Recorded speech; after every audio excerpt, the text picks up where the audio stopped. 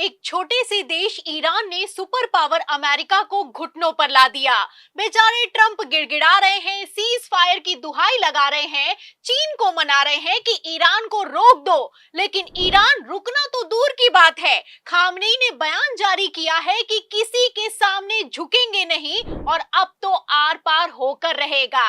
आपको बता दें कि खामनेई ने अमेरिकी एयरबेस पर हमला करके दिखाया है जो कि दुनिया का कोई भी दूसरा देश कभी नहीं कर पाया है। कायदे से अमेरिका को ईरान पर एक्शन लेना चाहिए, रिएक्शन देना चाहिए, लेकिन गजब तो इस बात को लेकर हो गया है कि ट्रंप ने घुटने टेक दिए हैं। और तो और एक तरफ जहां ट्रंप भागे हैं, वहीं दूसरी तरफ इजराइल ने भी बिना किसी शर्त के सरेंडर कर दिया है, तो हड़कंप मच गया है। तो रातों रात ऐसा क्या हुआ कि पूरा जंग का खेल पलट गया, आपको बताएंगे। रूस के सामने आते ही अमेरिका ने कैसे पलटी मारी और ट्रंप ने क्या बयान जारी किया, वो बयान भी सुनाएंगे। लेकिन खबर में सबसे पहले ट्रंप ने कैसे भद्द पिटवाई है, बिग ब्रेकिंग देखिए। खबर आप देखिए इसमें लिखा हुआ है कि किसी के आगे झुकेंगे नहीं, सीज फायर से ठीक पहले ईरानी सुप्रीम लीडर खामनेई ने क्यों दिया ये बड़ा बयान। तो एक तरफ ट्रंप सीज फायर चिल्ला रहे हैं, दूसरी तरफ ईरान ने साफ कर दिया है कि कौन सा सीज फायर और काहे का सीज फायर। कोई सीज फायर नहीं होगा और हम कोई सीज फायर डील पर साइन नहीं करेंगे। आपको बता दें कि 24 जून की रात लगभग 3 बजे ट्रंप ने ट्वीट किया और पूरी दुनिया में तहलका मच गया।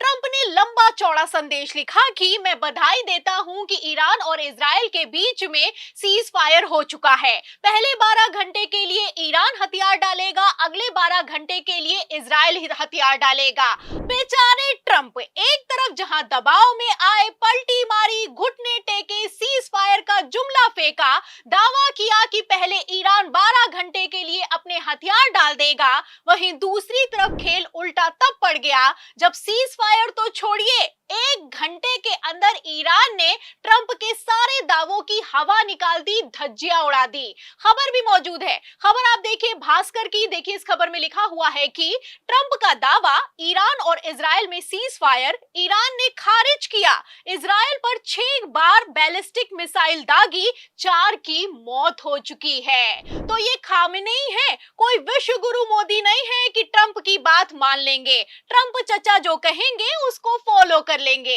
ईरान ने पहले ही कह दिया था कि हम थोपी गई शांति और सीज फायर को कभी नहीं मानते, और अब वही कुछ होता हुआ नजर आ रहा है। आपको बता दें कि अमेरिकी हमले के बाद ईरान ने इतनी भयानक तबाही मचाई है कि इजराइल पर लगातार 40 मिनट तक मिसाइलें दागी गई हैं। तेल अवीव से लेकर पूरा हाइफा शहर किस तरीके से खंडहर में तब्दील हो चुका है और इजराइल में चारों तरफ अंधेरा फैला हुआ है, इन खबरों से, तस्वीरों से आप अंदाजा लगा सकते हैं। ईरान ने ऐसा कहर बरपाया है कि इजराइल का सिक्योरिटी सिस्टम भी पूरी तरीके से बर्बाद हो चुका है। इजराइल ने खुद माना है कि ईरान की मिसाइलों को रडार पकड़ नहीं पा रही हैं। ऐसे में ना कोई सायरन बज रहा है और तो और आयरन डोम भी पूरी तरीके से फेल हो चुका है। इन सब के बीच हड़कंप तो इस बात को लेकर मच गया है कि ईरान ने अमेरिकी एयरबेस पर भी आधी रात मिसाइल लॉन्च कर दी है। कतर में आधी रात भयंकर विस्फोट हुआ और चारों तरफ अफरा तफरी मच गई। ईरान ने पहले तो बताया, फिर कोहराम मचाया। कायदे से तो ऐसे हालातों में अमेरिका को रिटेलिएट करना चाहिए, बदला लेना चाहिए, अपनी सुपर पावर दिखानी चाहिए, लेकिन खेल उल्टा तब पड़ गया जब डोनाल्ड ट्रंप घुटनों पर आ गए और कहने लगे कि ईरान ने परमाणु कार्यक्रम पर हुए अमेरिकी हमलों का आधिकारिक रूप से काफी कमजोर जवाब दिया। हमें इसकी उम्मीद थी और हमने इसे बहुत प्रभावी ढंग से रोक दिया है। आगे ट्रंप ने कहा कि ईरान ने अपना गुस्सा निकाल लिया है और उम्मीद जताई जा रही है कि अब ईरान शांति और सद्भाव की भावना की तरफ आगे बढ़ सकता है। अगर शांति ही स्थापित करनी थी तो ये पहले क्यों नहीं की गई? आखिर अमेरिका को ईरान पर हमला करके हासिल क्या हुआ? अब तो ईरान ने डंके की चोट पर कह दिया है कि हम तो परमाणु बम बनाएंगे, जो उखाड़ना है उखाड़ लो। अब ऐसे हालातों में ट्रंप को एक्शन लेना चाहिए, लेकिन एक्शन लेना तो दूर की बात है, भाग खड़े हुए हैं। फिलहाल कई तरीके के सवाल खड़े होते हैं कि आखिर ट्रंप को क्या हो गया है। दरअसल इस खौफ की असली वजह मैं आपको बता दूं कि रूस और चीन है। एक तरफ जहां चीन ने अमेरिकी हमले की निंदा की है और बयान दिया है कि ट्रंप ने जंग को खतरनाक मोड़ पर लाकर खड़ा कर दिया है, वहीं दूसरी तरफ रूस के पुतिन ने तो ईरान के विदेश मंत्री के साथ मीटिंग की है। मीटिंग की तस्वीरें आप देख सकते हैं और इस मीटिंग के बाद रूस ने तो यहां तक ऐलान कर दिया है कि ईरान को कई देश परमाणु बम देने के लिए तैयार हैं। आपको बता दें कि यूएनएससी में अमेरिका की फजियत हुई। ओआईसी के 57 इस्लामिक देशों ने अमेरिका को लताड़ लगाई और तो और अमेरिकी सांसदों ने ट्रंप को मुंह दिखाने लायक तक नहीं छोड़ा। अमेरिकी सड़कों पर ट्रंप के खिलाफ भारी विरोध प्रदर्शन हुआ। ऐसे में ट्रंप के लिए पलटी मारना मजबूरी बन चुका है।